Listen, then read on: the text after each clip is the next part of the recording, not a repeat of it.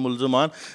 نہ صرف جو ہے وہ توبہ طیف ہو رہے ہیں بلکہ مساجد میں جا کے قرآن مجید پہ حلف دے رہے ہیں. اگر کوئی حلف دے لیتا ہے یا کوئی اس طرح کا جو ہے وہ کہتا ہے کہ میں اب یہ کام نہیں کروں گا, تو اس کے خلاف CCD کیا کر رہی ہے, اس پہ قانون کیا کہتا ہے؟ دیکھیں یہ تو اچھی بات ہے کہ اگر مجرمان توبہ طائب کر لیتے ہیں, لیکن جو انہوں نے ایک ایکشن کیا ہے اس کی سزا تو دیکھیں مجرمان کو ملے گی. اگر سوسائٹی میں انہوں نے کسی کو گولی ماری ہے,